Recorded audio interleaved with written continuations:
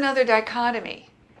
We recognize that you are at the center of your own universe, and we have shared realities. We all share that which we've decided to co-create together. But at any time, you can opt out. I used to, when I lived in my house in Wisconsin, there was this little kid that would come once a week and put this newspaper on my front stoop. It was a free newspaper. And if you weren't looking for a car or a date, it was worthless. So, who needs this? Now, I never ran after this little kid and say, stop doing that. I would just pick it up and throw it in the garbage. But if you didn't want to get that paper, you could call the company and opt out. Everybody comes in with mass consciousness programming. And we're plugged into mass consciousness until we unplug. Now, I don't recommend that you unplug from everything, because then you'd be a mess. But what I would say is there are specific things that you do want to unplug from. And when you notice something,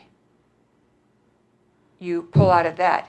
Now, there are 3 things that I have been shown that cause us to be spoon-fed the mass consciousness stuff that we probably don't want.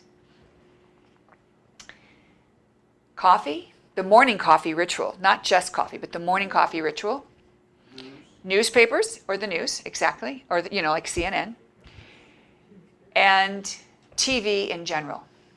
So when you turn on your TV, or when you tap into that ritual of the morning, I got to have my morning coffee, you have opted in, and you're going to get all that stuff you didn't think you were asking for. So if you don't want to opt in, change your coffee routine.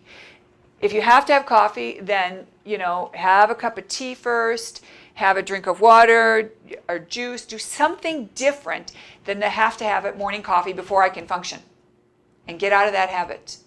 And I'm not saying coffee is wrong or bad. I have a cup of coffee every once in a while myself. I personally don't tolerate coffee well, but I will have a cup of coffee once in a while because I like the taste of it. But I generally have it after lunch, because I have been shown that this is one of the ways that those that would have you fail have found that they can just slide it in underneath, like a subliminal. All right. Now we're going to talk briefly about fear. We're going to get into this in more detail on the class tomorrow. Fear is a messenger.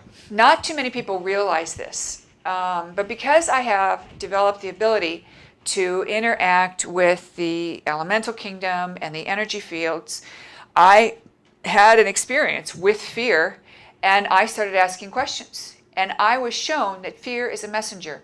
Fear is a messenger from your consciousness sending out a red alert.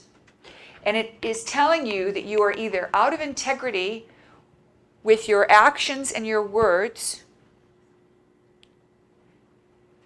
So you have to either change your belief or change your behavior.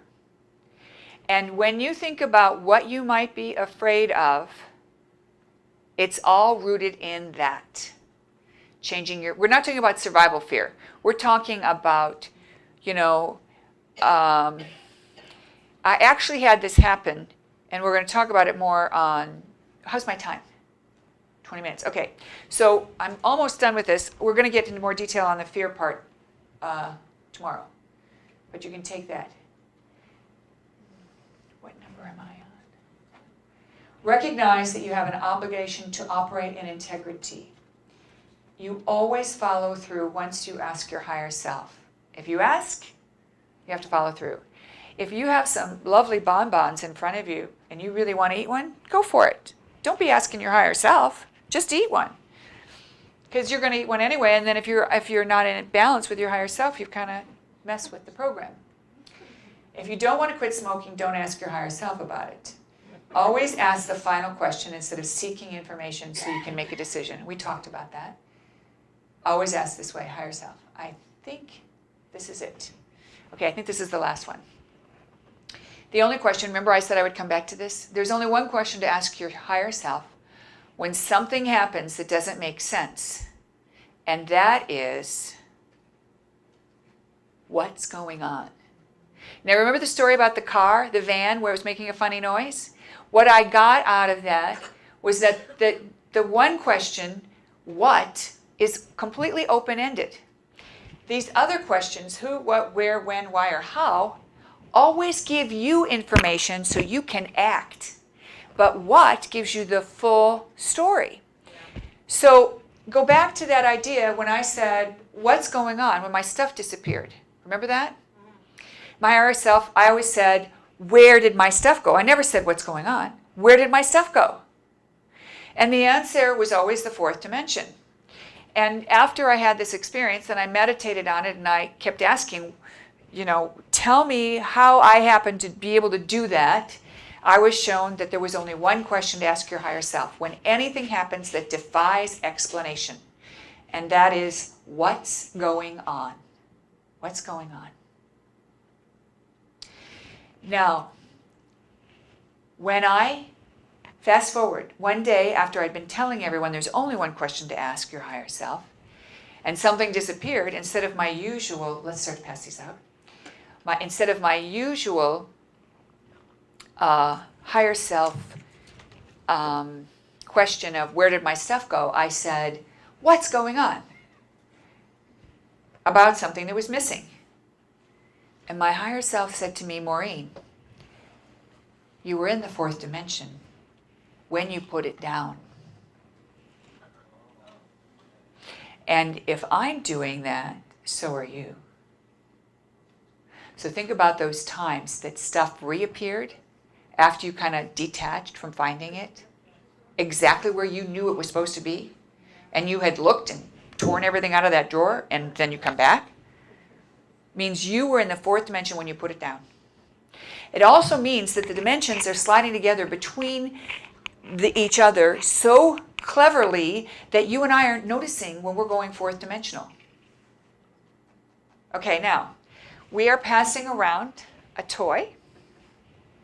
Everyone should have, what? We need the connectors?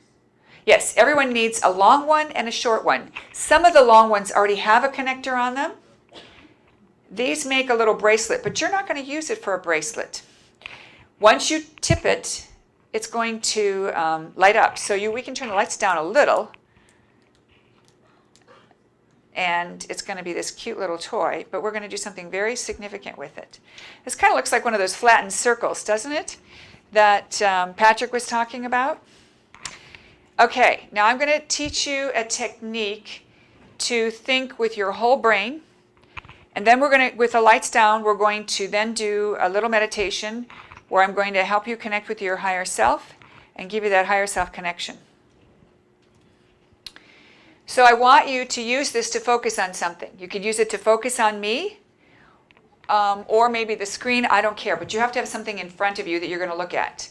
So I'm going to pick this lovely lady in yellow, and what I'm going to do is I'm going to look at her with one